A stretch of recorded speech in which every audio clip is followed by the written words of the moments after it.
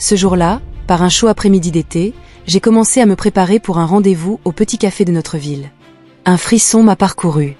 Cela faisait longtemps que je n'étais pas sortie pour socialiser, même à 67 ans. C'était l'un de ces rares moments où je me sentais aussi vivante que dans ma jeunesse. J'ai sorti ma robe préférée du placard, une robe simple mais élégante, avec un décolleté et un dos qui s'arrêtaient juste au-dessus de mes genoux. J'ai enfilé mes talons et laissé mes cheveux tomber sur mes épaules en me regardant dans le miroir. J'ai vu une femme qui portait fièrement ses oreilles, mais qui avait toujours une étincelle dans les yeux. Peu de temps après, la sonnette a retenti. Je me suis approchée lentement et je l'ai ouverte. Ils étaient là, mon neveu Liam et son meilleur ami Alex. Liam, comme d'habitude, se tenait là, grand et fort, avec son sourire chaleureux. Alex semblait simplement observer tranquillement, d'une manière cool et posée. Je pouvais dire qu'Alex, dont Liam parlait depuis si longtemps, avait un certain charme. « Salut Isabelle », a dit Liam avec son sourire amical, en me tendant la main pour me faire un doux câlin. C'était si agréable à voir. « Et voici Alex. Enfin vous deux vous rencontrez. »« Ravi de te rencontrer, Isabelle », ajoutait Alex en tendant la main d'une voix grave. Lorsque nos mains se sont rencontrées, j'ai vu une lueur de curiosité dans ses yeux. Cette rencontre lui importait clairement aussi. « Ravi de te rencontrer, Alex », ai-je souri. « Dois-je faire du thé ?»« Oh, merci Isabelle », a dit Alex, poli comme toujours, mais peut-être devrions-nous juste aller directement au café.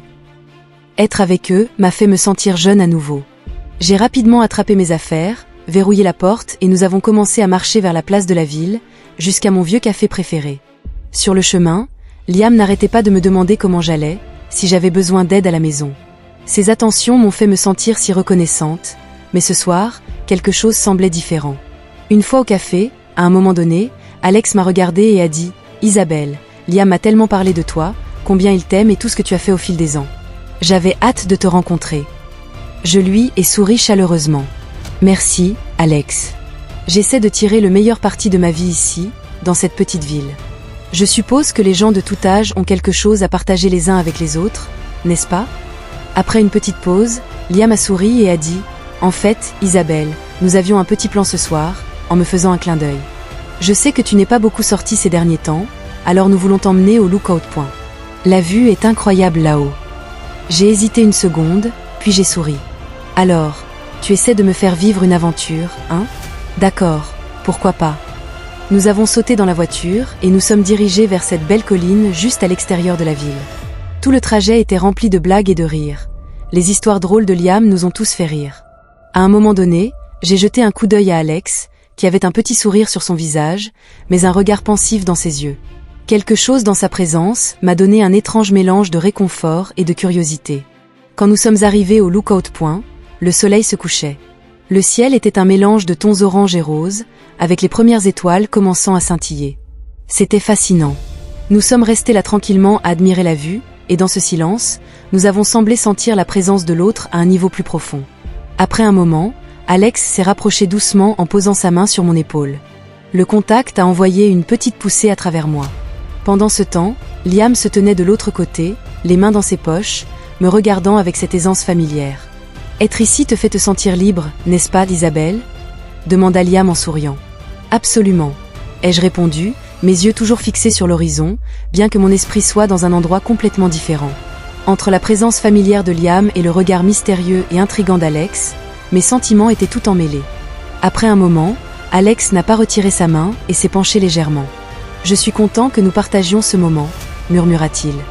En entendant ces mots, une chaleur s'est répandue en moi, mais je savais aussi où je voulais tracer la ligne. « Attends », dis-je doucement, bien que je n'étais pas tout à fait prête à m'éloigner. « Ce n'est pas bien, mais être ici avec vous deux, c'est magnifique. » Alex m'a regardé droit dans les yeux et a pris une profonde inspiration. « Je sais, Isabelle, » dit-il, mais il s'agit de vivre l'instant présent, de ressentir les choses honnêtement. Pendant une seconde, nous nous sommes juste regardés, et il y avait quelque chose de non dit là. J'ai regardé à nouveau l'horizon, mais ensuite, lentement, Alex a tendu la main et a laissé ses doigts effleurer les miens, juste assez pour sentir la chaleur de sa main. Ce doux contact, ce petit geste, ressemblait à une ruée silencieuse de tous. Au fil des années, ce petit contact, mais significatif, m'avait fait ressentir leur présence à tous les deux d'une manière que je n'avais jamais ressentie auparavant. Cette nuit-là, dans l'air frais, je me sentais aussi vivante et libre que je l'avais été pendant des années, partageant ce moment avec eux.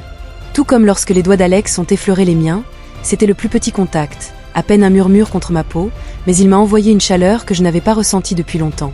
L'air nocturne autour de nous s'est calmé, presque comme s'il attendait aussi. Et dans ce calme, j'ai senti les années fondre. Les souvenirs de ma jeunesse, de l'époque où les connexions semblaient nouvelles et électriques, remontaient de quelque part au plus profond de moi. J'ai regardé le paysage, laissant la vue paisible me stabiliser. J'étais venu ici d'innombrables fois, à travers les saisons et les tempêtes, mais ce soir, tout semblait différent. J'ai jeté un coup d'œil à Alex, et son regard était doux, retenant cette curiosité silencieuse que j'avais remarquée depuis le début, sans un mot.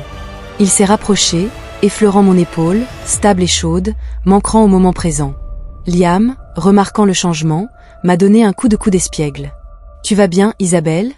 demanda-t-il avec son sourire, brisant un peu la tension. « Oui, je vais bien », répondis-je avec un sourire, mais ma voix était douce et pensive. C'est juste que ça fait longtemps que je n'ai pas partagé un moment comme celui-ci. Il y avait un doux silence entre nous, une compréhension partagée qui n'avait pas besoin de mots. Les doigts d'Alex effleurèrent à nouveau les miens, cette fois un peu plus intentionnellement, et je me suis retrouvée à réprimer une petite mais indéniable connexion se formant entre nous. Ce n'était même pas une question d'attirance. C'était une question de se sentir vue, comprise, comme si d'une manière ou d'une autre cette rencontre inattendue me redonnait vie.